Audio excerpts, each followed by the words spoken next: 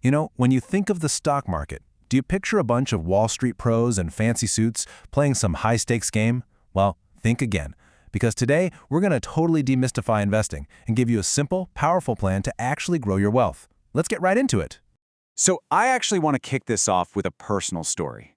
It's about my dad. He's one of the hardest working people I've ever known. For years, he worked a couple of jobs, and any extra dollar he made, he carefully stashed away, hoping one day he'd be able to quit his factory job. But here's the thing. Without him even realizing it, there was a hidden thief stealing his money year after year. See, he thought the safest place for his cash was, under the mattress or maybe in a basic savings account. But what he didn't realize was that every single year, that money was just quietly losing its power. And the culprit? It's a hidden force that affects all of us: inflation. Okay, so what is inflation? The easiest way to think about it is like a slow leak in your wallet. It means that $100 you have today, well, next year, it might only buy you what $97 buys you right now. It is a silent, constant drain on your savings, and it's exactly why just saving money isn't enough. So how big of a deal is this really? Well, get this. Over the last 60 years, the average rate of inflation has been 3.8% every single year. That means just to break even, to not lose any money, your savings need to be growing faster than that. If they're not, you're actually getting poorer every single day. Okay, so if just saving your money isn't going to cut it, what's the move? How do you fight back against this hidden thief? Well, the answer is this incredible concept that can take tiny, regular investments and turn them into an absolute fortune. We're going to call it the Millionaire formula. And the magic, the real secret sauce here, is something called compound interest. Seriously, imagine your money has babies, and then those babies grow up and have their own babies. It's this exponential growth cycle that starts as a tiny snowball of savings and turns into a massive avalanche of wealth over time. I know what you're thinking. That sounds completely nuts, right? Could you really become a millionaire just by investing, say, $250 a month? I mean, that's like a car payment or a couple of nice dinners out. The answer is probably going to surprise you. The answer is yes, absolutely. Check this out. If you invested just $250 a month and got an 8% annual return, which, by the way, is a pretty reasonable historical average for the stock market, in 42 years, you could have over $1 million. The most important takeaway here isn't that you need a huge salary. The real secret ingredient is time. So, are you convinced yet? I hope so. But hold on, before you go diving headfirst into an app, we gotta build a solid foundation first. Think of this as your pre-flight checklist for investing safely and smartly. Okay, step 1, pay off any high-interest debt. I'm talking about credit cards, personal loans, that kind of stuff. I mean, think about it. There's no point trying to earn 8 or 10% in the market if you're losing 20% on credit card interest. You're just running in place. All right, step 2, build yourself an emergency fund. This is your financial seatbelt. It's got to be 3 to 6 months of your essential living expenses stashed away in a savings account. Why? Because this cash protects you from having to sell your investments at the worst possible time if, your car breaks down or something. All right, so now you might be wondering, how much should I even be investing? A really simple guideline to start with is the 70-20-10 rule.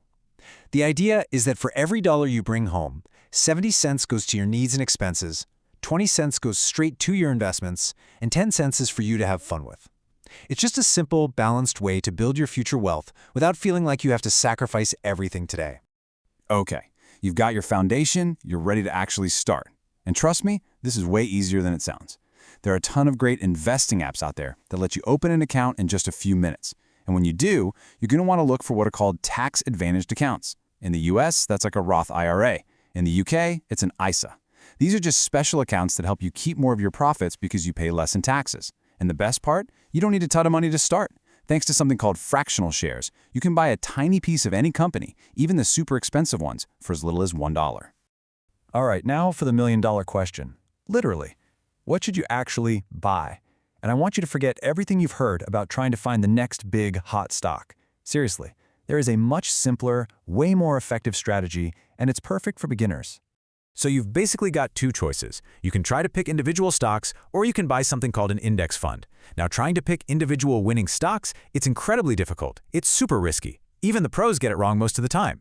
An index fund, on the other hand, is the opposite. It's a simple, set it and forget it approach that instantly diversifies your money by spreading it across hundreds or even thousands of different companies all at once. Okay, here's the best analogy I've ever heard for this. Trying to pick one stock is like putting all your money on one single team to win the championship this year. It's a huge gamble, right? They could have a bad season, key players could get injured, anything could happen. But buying an index fund, that's like betting on the entire league to do well. As long as the sport itself remains popular and successful, you're going to win. It's a much safer bet.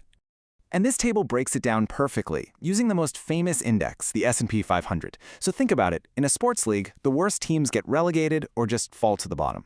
Well, the S&P 500 does the exact same thing automatically. When a company starts failing, it gets kicked out of the index and replaced by a new rising star. So you're not just betting on the whole league, you're betting on a league that is constantly making sure it only has the top players on the field. It's a self-cleaning system. So the first and most common recommendation for beginners is an S&P 500 index fund. You're basically buying a tiny slice of 500 of the biggest, most successful companies in the US. Historically, this has returned about 8 to 10% a year over the long run. But what if you want to be even more diversified? What if you want to own a piece of the entire US stock market? Well, then you'd look at a total stock market index fund. This literally invests you in thousands of companies, big, medium, and small. It is the ultimate bet on the success of the entire American economy. And if you want to diversify globally, which is also a really smart idea, you can add an emerging markets fund. These funds invest in companies in developing economies that are growing super fast. Think places like China, India, Brazil. Now, they are definitely a bit more of a roller coaster. More risk involved, but they also have the potential for some seriously high growth as those economies mature. Okay, so you know the pre-flight checklist, you know what to buy. But there is one last piece to this puzzle, and honestly, it might be the most important part of all, and that's your mindset. Because investing is not about getting rich quick, it's a long game. And the key to winning is knowing how to handle your own fear when things get scary. And trust me, they will get scary. Market crashes are a normal part of investing. They happen. You will open your account one day and see that your money has gone down. It's terrifying. But just look at this timeline. Look at the big ones. The dot-com crash in 2000, the huge financial crisis in 2008, the COVID crash in 2020. Every single time, the market didn't just recover, it blew past its old records and reached brand new highs. History is very clear on this. Patience is rewarded. Which brings us to probably the biggest question every investor has. When is the right time to sell? You've done everything right. When do you actually cash out? Well, for someone investing for the long term, like for retirement, the answer is actually incredibly simple. For a long-term index fund investor, there are really only 3 good reasons to sell. Number 1, you have a genuine, life-altering emergency, and you've already used up your entire emergency fund. Number 2, you realize you made a huge mistake on an individual stock you picked. Notice this doesn't apply to your core index funds. And number 3, you've actually reached your financial goal. You're ready to retire or buy that house or whatever you were saving for. Outside of those 3 things, the best move is to do nothing. Just hold on. So let's bring this all home. A lot of people are terrified of investing because they think it's too risky. But you know what? As my own father unfortunately learned, the real risk is doing nothing. The real risk is letting your hard-earned money just sit there, getting eaten away by inflation year after year. So the biggest risk you can take isn't watching your account dip during a market crash, it's waking up 40 years from now and realizing you lost a lifetime of growth because you were too afraid to get in the game in the first place.